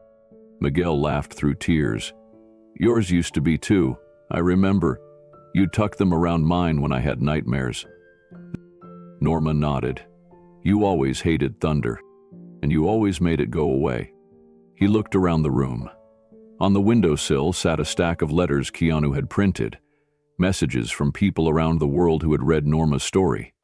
Norma followed his gaze and said, He told me people remembered women like me. Miguel looked at Keanu, who gave a soft smile from the corner. You're more than a story, Miguel said to her. You're the reason I didn't give up. She exhaled, her shoulders relaxing into the mattress. For so long, she said, I thought I'd failed you. You didn't. I should have fought harder. Miguel shook his head. You survived. That's what matters. She turned her head slowly and looked at him again. Do you remember the lullaby I used to sing? He paused, then whispered, Cielito lindo. Her eyes lit up. You do remember. I didn't know the words, he said, but the melody stayed in me.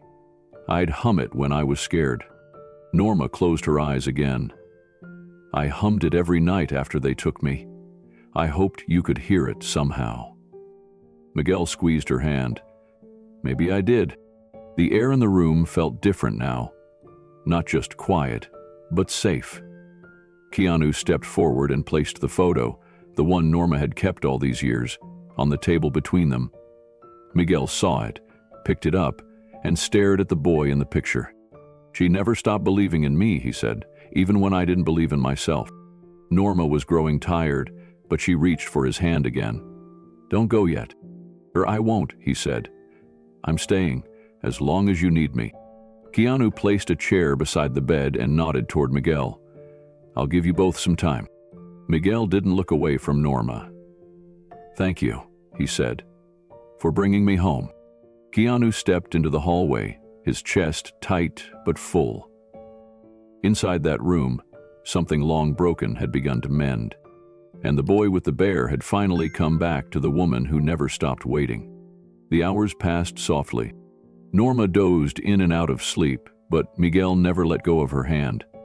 He told her about the cars he had fixed, the books he had read, the music he had discovered on lonely nights.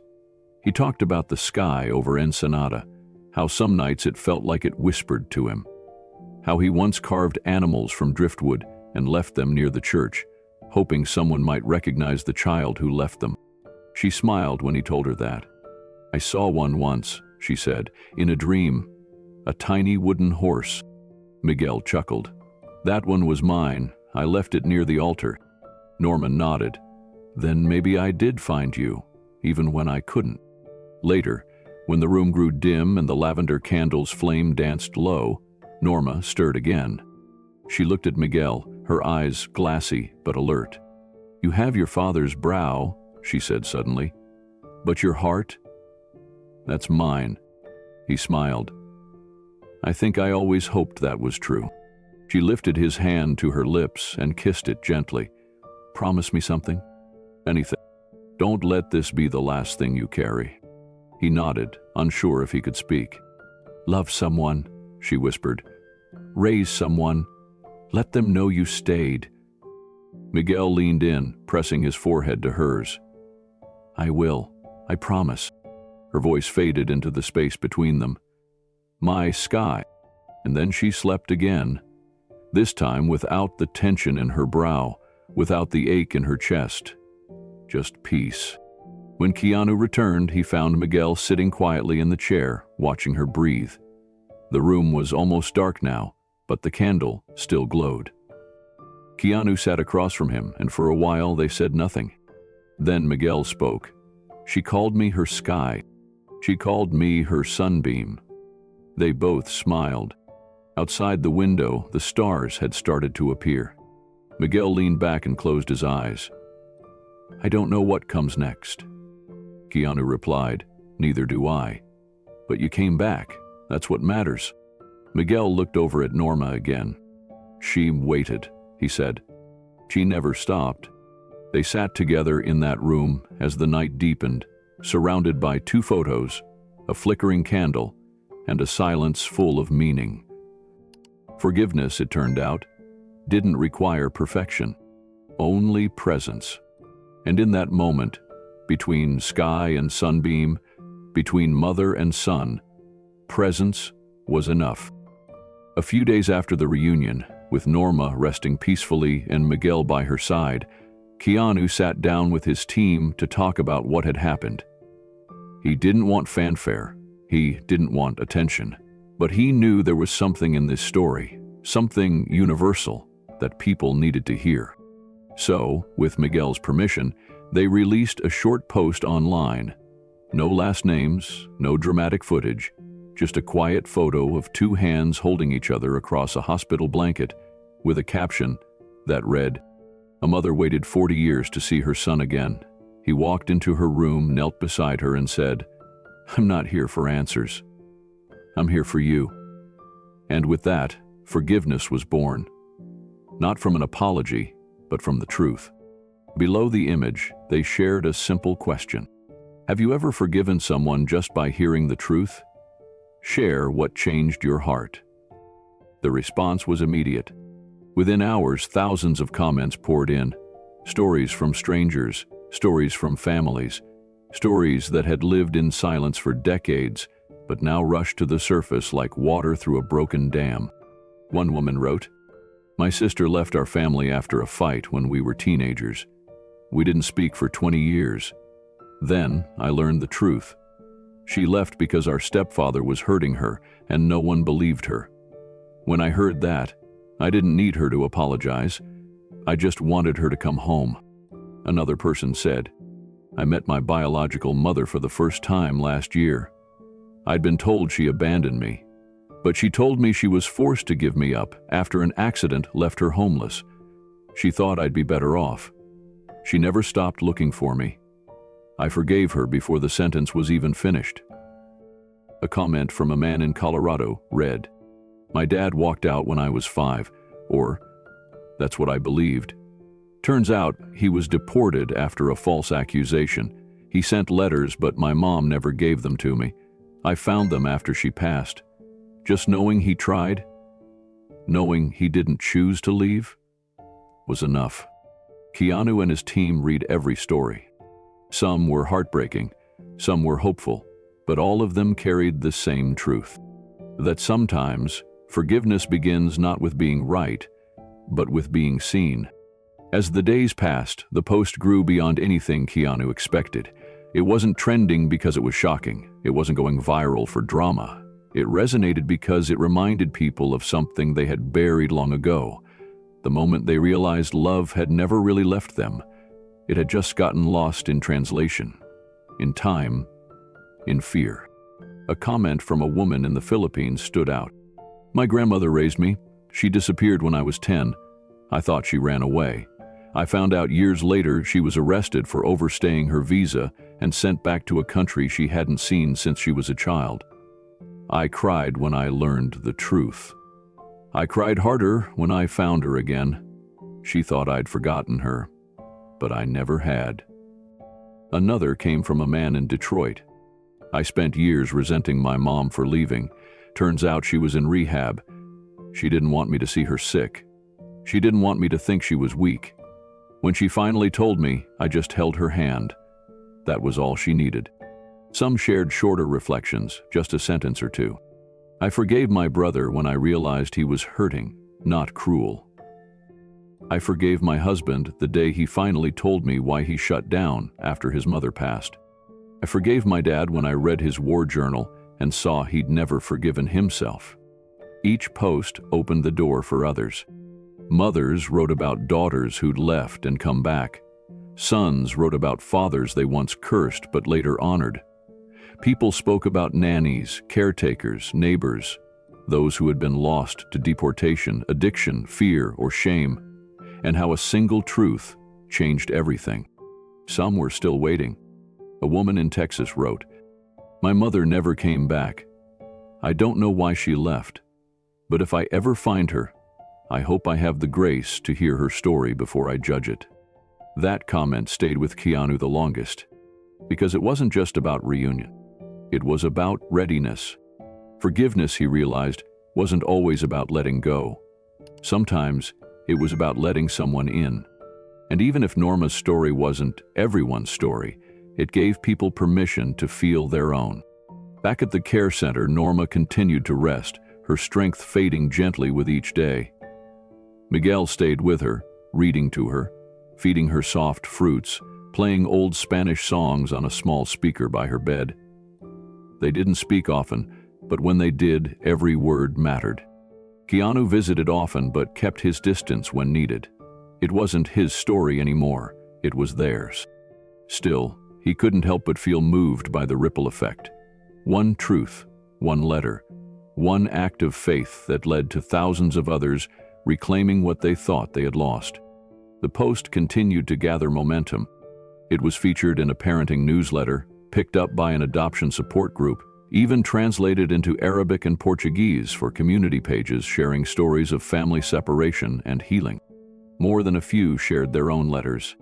One man posted, "To the daughter I lost in the divorce, I didn't fight hard enough. I was ashamed, but I never stopped loving you. I hope you see this one day." A young woman posted a video reading a letter she found in her late mother's things. It said, "I know you're angry. I hope one day you'll understand I left because I had to choose between surviving and staying." She forgave her right there, on camera, tears falling freely. In the comments beneath the original post, one line kept appearing. "This reminded me of someone I haven't thought about in years." And then another. "I didn't know how much I needed this until now." Keanu's team debated taking the post down, eventually, to protect privacy and let the moment settle. But Miguel asked them not to. "Leave it," he said. "Let it help someone else find their way back." So they did. And still, the stories came. "Forgiveness isn't a light switch," one comment read. "It's a sunrise. It takes time. But the warmth always returns." Norma's candle, once flickering in the dark, had sparked something far beyond her room. It had lit up the hearts of people who thought they were alone. And in its glow, love was rediscovered. Not because the pain was erased, but because the truth had been spoken. Norma's room was still and warm the morning she passed. The sunrise came gently through the window, softening every edge with gold. Miguel sat beside her, one hand resting over hers, the other holding the photo of himself as a child. The candle had burned down to the last inch of wax, and a faint trace of lavender still lingered in the air. She had been fading slowly, her body lightening like a feather on the wind.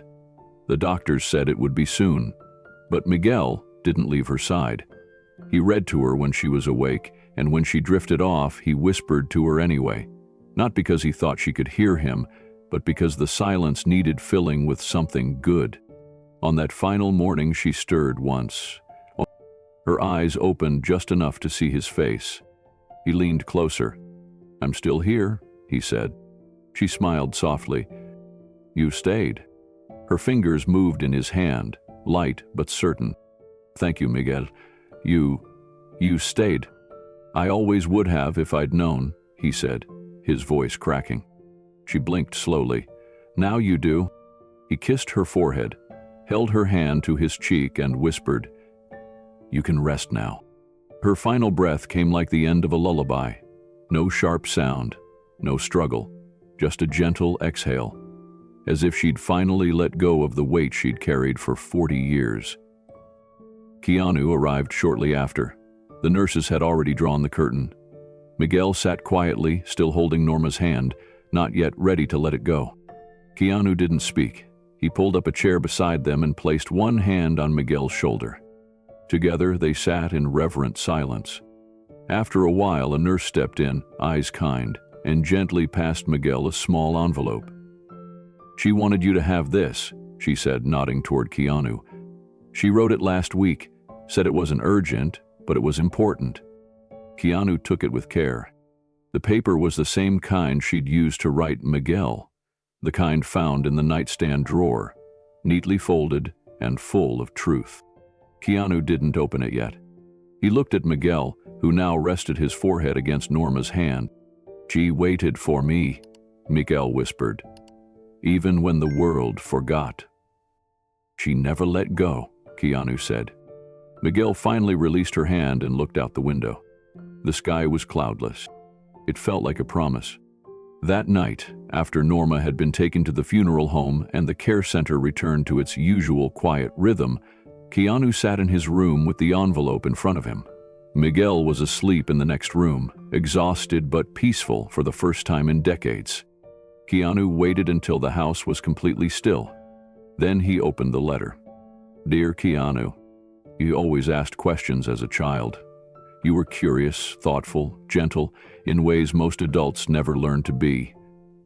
But there's something I never got to say. You saved me. You were 5 years old, and I was already losing hope. But you gave me a reason to smile when I had none. You called me sunshine. You ran to me like I was someone worth running toward. I carried your photo because it reminded me that love, once given, is never truly lost. But now, you've done something I never imagined possible. You gave me back the boy I never got to raise, and the man who still needed me. You brought him home, not just to me, but to himself. I've watched Miguel these past few days. He sits by my side, reads to me, makes me laugh. He holds my hand like it's sacred. You helped him see that he wasn't abandoned, that he was always loved. That means more to me than words can ever say." Keanu paused. He closed his eyes and let the words wash over him. "There's one more thing," the letter continued. "You didn't just help Miguel heal. You helped me forgive myself. For the years I missed, for the questions I couldn't answer. You helped me believe that love still mattered, even when the world forgot us. When I am gone, please tell him something for me. He was never too late, and neither were you. Oh, my love, Norma." Keanu folded the letter slowly and pressed it to his chest. He thought of the girl who crossed a border to build a life, the woman who had been thrown away without warning, the mother who waited, and the boy who found her again. He turned off the light and sat in the darkness for a while. Then he whispered into the silence, "Thank you for letting me be part of your story." Outside the window, a breeze rustled the trees. The stars were out, and somewhere maybe Norma was looking down and smiling. The next morning, Miguel stood in the hallway of the care center, watching nurses pass by with trays of breakfast and folded blankets. The energy was quiet, but there was a rhythm to it, a pulse of care, a kind of grace. He'd asked to stay, not just for a few more days. He offered to help. He folded laundry, served coffee, pushed wheelchairs to the garden. He didn't talk much, but he listened. He held hands. He sat with patients who didn't have visitors. Sometimes he just sat in silence beside them, the way he had with Norma. Keanu stopped by on the third day. He found Miguel wiping down a table in the community dining room. "You don't have to do all this," Keanu said. "I know," Miguel replied, "but I want to." Keanu nodded. "It suits you." Miguel smiled. "Feels like something I can give back. I spent a lot of years angry at things I couldn't name. I don't want to carry that anymore." He paused and looked toward Norma's old room. "She taught me that showing up matters. I used to think love had to be loud, big gestures, speeches, but she showed me it's the quiet things, the daily things." Keanu sat with him for a while. They didn't talk much, just shared the stillness. Before he left, Keanu handed him a small box. Inside was a framed photo. It was the picture Norma had kept of Miguel all those years. "I think she'd want you to have it," Keanu said. Miguel held it carefully. "I think I need it." The two hugged, no words needed. As Keanu stepped out into the California sun, he looked back once and saw Miguel pushing a wheelchair toward the garden. There was a peace in his walk now, a steadiness, a presence. Norma had given her final gift, and it wasn't just the reunion.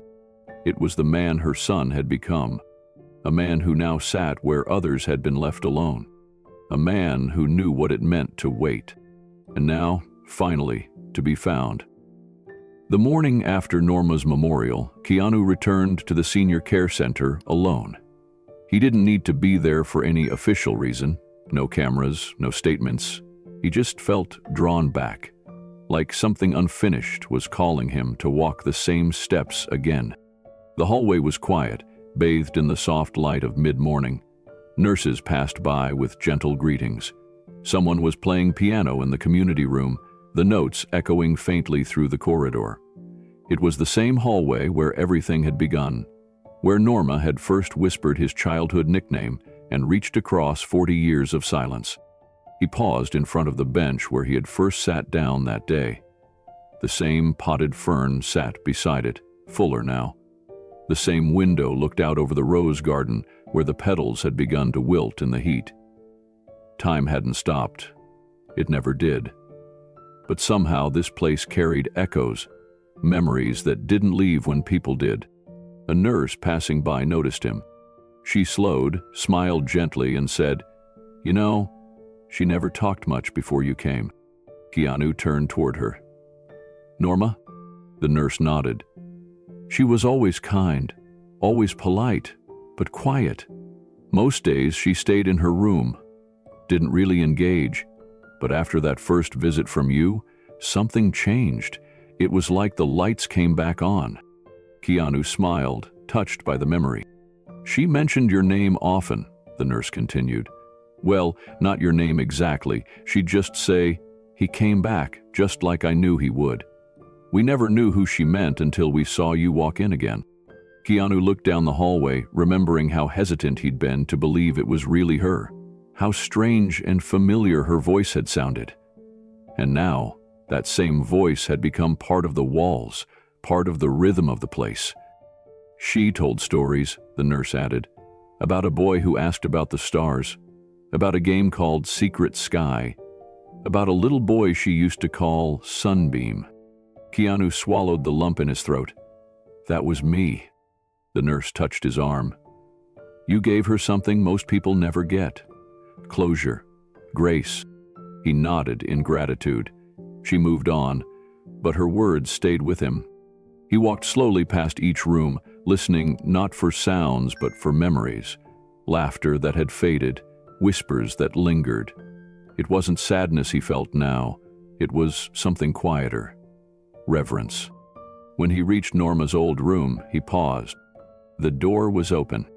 Inside, the bed had been stripped, the shelves were bare, but something still remained. Keanu stepped inside Norma's room. The sunlight poured through the blinds, dust particles swirling like tiny dancers in the air. The lavender scent had faded, replaced now by the neutral scent of cleaning supplies and fresh sheets. He stood at the foot of the bed, looking around. The Bible was gone, the candle gone, her letters folded and taken home by Miguel. But still, Keanu felt like she was here somehow. The room held the warmth of her spirit, the echo of her voice, humming lullabies and telling stories from long ago. As he moved around the space, he crouched to pick up a paperclip that had fallen beside the nightstand. When he leaned forward to place it on the dresser, something caught his eye behind the headboard. A corner of paper curled slightly, sticking out from where the mattress met the wall. He reached in gently and pulled it free. It was a child's drawing, faded with time. The crayon lines were soft, the paper wrinkled and yellowing at the edges, but still intact. He unfolded it carefully and stared. There were 3 figures, drawn in the loose, hopeful shapes of a child's hand. On the left, a boy with dark hair stood smiling, a sun drawn above his head. In the center, a woman with her arms open. To the right, a beam of light descending from the top corner, labeled in large, uneven letters, Sunbeam. Beneath the figures were 2 words, written in blocky capital letters, me plus her. Keanu felt a breath catch in his chest. He sat on the edge of the bed and stared at the drawing. He didn't know if Norma had made it or if Miguel had. Maybe it had been drawn when he was little, maybe after their reunion, but somehow it didn't matter. What mattered was that someone had put to paper what words never fully captured. A boy, a woman, and the light that bound them. He turned the drawing over. On the back was a sentence, written in careful cursive. Love doesn't disappear. It just waits to be found. He folded it gently and placed it in the inside pocket of his jacket. As he stood to leave, he paused at the door and looked back one last time. Norma's room was empty now, but it didn't feel hollow. It felt full of memory, of grace, and of something eternal. He stepped into the hallway, the drawing safe against his chest. Keanu walked back down the hallway, taking his time. Each step felt like a page turning in a book he hadn't known he was part of. The halls weren't just rooms and doors anymore. They were chapters, some loud, some silent, all sacred. He passed the bench again where he had first sat the day Norma called him Little Sunbeam. He remembered the hesitation, the disbelief, the way time seemed to collapse when her eyes met his. And now, with her gone, time felt different. Not like something lost, but something honored. As he reached the exit, a nurse at the front desk stopped him. "I read the letter she left for you," she said softly. "I hope you don't mind. She asked me to make a copy. For our records." She said she wanted the staff to remember that healing happens, even at the very end. Keanu smiled. She was right. "She changed this place," the nurse said. "And so did you." He gave her a small nod, grateful and quiet. Outside, the sun had risen higher, bathing the walkway in warm light. The breeze was gentle, carrying the smell of nearby roses. He paused before getting into his car, looking up at the sky. There were no clouds, just an expanse of blue. A sky big enough to hold all the memories left behind. A sky wide enough for second chances. As he opened the car door, he reached into his pocket and unfolded the drawing again. The sunbeam, the boy, the woman. He thought of Norma. He thought of Miguel. And he thought of all the people out there still waiting, still wondering if love ever comes back after it's been silenced. He didn't know what stories the other rooms in that hallway held, but he knew now that sometimes, even in the last chapters, people return. Forgiveness returns. Love returns. Before pulling away, he looked back at the building one more time. Then he whispered into the quiet morning, "Thank you, Norma." And with that, he drove off. Not away from the story, but forward, carrying it with him.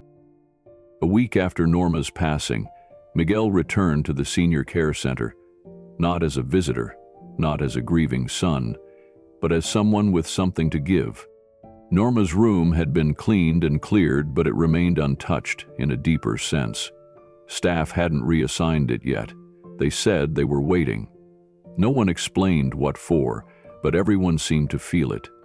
The space held weight, and no one was ready to let it go. Miguel stood in the doorway that morning, a folded letter in his hand and a wrapped frame under his arm. He stepped inside slowly, taking a breath. The scent of lavender had faded completely, but the memory of it came back all at once. He placed the frame gently on the nightstand, then unwrapped it. Inside was the letter Norma had written to Keanu. "You gave me back the boy I never got to raise, and the man who still needed me." Those words now sat beneath glass, the ink still bold and intact. Miguel positioned it carefully so it faced the room, visible from the doorway. Then he opened a small wooden plaque he had crafted himself. It read, "This room is reserved for every forgotten mother who loved in silence." He fixed the plaque beneath the window, where the sunlight always poured in strongest. Then he stepped back, studying the space. The room no longer felt like a place of endings. It felt like a beginning. a sanctuary, a room for memory, a room for dignity. Later that day, he met with the center's administrator and offered a simple idea. He wanted to turn Norma's room into a reading corner, a space for residents and guests to sit, reflect, and rest. Not a sterile waiting room, not another hallway to pass through, but a place filled with care, with meaning. The administrator, a woman named Rachel, wiped her eyes after hearing Miguel's pitch. "We've never had something like this," she said, "but we should have." Within days, Miguel repainted the walls a soft cream color. He added a small bookshelf near the foot of the bed and filled it with donated novels, poetry, and devotional books in English and Spanish. He placed a single armchair in the corner, the same chair Norma used to rest in by the window, and set a small table beside it. And just beneath the framed letter, he added a candle. It was lavender-scented, and when the sun hit the room just right, the air filled again with a quiet kind of peace. Keanu came back on a Sunday. The staff had told him about the changes Miguel made. He hadn't seen the room since the funeral, but the moment he stepped inside, he knew something powerful had taken root. The bookshelf, the plaque, the framed letter, it all felt intentional, gentle. Miguel was there, straightening the books on the shelf when Keanu entered. He looked up and smiled. "Glad you came." Keanu walked in slowly, his eyes drawn to the frame on the nightstand. The words struck him again, this time with more warmth than sorrow. "She would have loved this," Keanu said. Miguel nodded. "I wanted to give her something that kept speaking after she was gone. This room, it isn't just hers anymore. It's for every woman who held in too much, who got erased, who waited and still loved anyway." Keanu sat down in the armchair. The cushion was soft, the kind that gave a little under your weight and made you feel like staying longer than planned. He looked out the window. The rose bushes in the courtyard were blooming again. Miguel lit the candle, then sat across from him in a folding chair. For a while, neither of them said much. Then Keanu spoke quietly. "You know, when I first came here, I thought I was just doing a good thing. Visiting, connecting. But this place gave me more than I ever expected." "You got part of your past back," Miguel said. Keanu nodded, "and a deeper understanding of how love survives even in silence." Miguel looked around the room. Sometimes silence is the only way people knew how to survive. Keanu glanced back at the plaque under the window. And now their stories live here. They sat in the stillness again, letting the space speak for itself. A few residents had already started coming in. One woman sat and read a book of poetry. Another just came to sit near the candle. A visiting granddaughter left a flower on the nightstand. This wasn't a memorial. It was a living place. Miguel turned to Keanu. "I've been thinking about staying longer, maybe working here part-time." Keanu smiled. "I think that would be a beautiful way to continue her story." "She gave so much," Miguel said. "Even after losing everything, I want to be that kind of person." Keanu reached over and placed a hand on his shoulder. "You already are." Miguel nodded. "Then I'll keep showing up, quietly but fully." They both looked around the room one more time. It was no longer empty, and it never had been. Later that evening, long after most visitors had left and the hallway lights had dimmed, Keanu returned to the room alone. He sat in the armchair again, lit the candle once more, and held the folded drawing he'd kept since the day he found it behind Norma's bed. The boy, the woman, and the sunbeam. He stared at it for a long time. Norma hadn't left behind property or wealth or trophies. There were no headlines or monuments in her name. But what she had given, what she had endured, had touched lives more deeply than she could have ever imagined. She had loved without applause. She had waited without recognition. And in the end, she had reached not only her son, but the man her son became.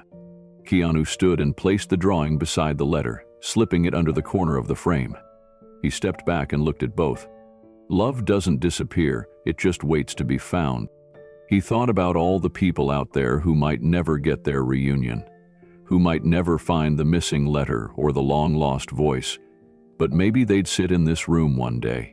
Maybe they'd read Norma's words. Maybe they'd light the candle and remember someone who once made them feel seen. Legacy isn't what we leave, he thought. It's who we reach. He stepped outside into the night air. The sky was clear, the stars bright. He looked up and whispered, "She found him." Then he closed the door behind him and walked down the hallway for the last time. Not as a visitor, not as a stranger, but as someone who had seen what grace looked like in its quietest form, and as someone forever changed by a woman who refused to stop loving, even when the world stopped looking. Some people disappear because they're taken. Others disappear because no one thought to look. But every now and then, someone turns back and finds love waiting. Keanu thought his visit to the care center that day would be just another quiet act of service, a gesture of kindness, a few minutes spent offering peace to someone nearing the end of their journey. He didn't expect to be recognized. He didn't expect to be remembered, and he certainly didn't expect to be called by a name he hadn't heard since he was 5 years old. Little Sunbeam. One word brought everything back. That moment cracked open a door neither he nor Norma knew was still waiting to be opened. And through that door came everything they had both buried: memories, unfinished questions, and the ache of a goodbye that had never been given. But what mattered most wasn't the past. It was the choice to face it. Norma, a woman who had been silenced by injustice and forgotten by a system that never looked back, had waited in faith. She had carried 2 photos across decades and countries. One of a boy she cared for, one of a son she never got to raise. Her love had not expired with time. It had not faded in the silence. It had simply waited. And Miguel, the boy who thought he'd been left behind, found something far deeper than closure. He found the truth. He found grace. He found his mother's voice when it was almost too late, but not too late to hear it. Because love, when it is real, doesn't disappear. It waits. It remembers. And when the moment comes, it speaks. That room, once quiet and closed, became a space where healing continues. A space for every visitor who sits in silence, holding onto an ache they've never named. A space for those who carry questions without answers. A space for the ones who never got their goodbye, but still carry the memory. That space now holds Norma's letter. It holds her drawing, and more than anything, it holds the truth that every forgotten soul deserves to be remembered. Keanu didn't return to that care center to be seen. He returned because something called him to witness love in its simplest form. And he left with a story not just about loss, but about return. It's easy to think that the people who raised us had simple lives, that their stories ended when they stopped being part of ours. But sometimes the people who loved us most carried burdens we never saw, secrets they never shared, wounds they never put into words. They loved quietly, sacrificed silently, and waited patiently for someone to understand what had gone unsaid. Norma wasn't just a caregiver.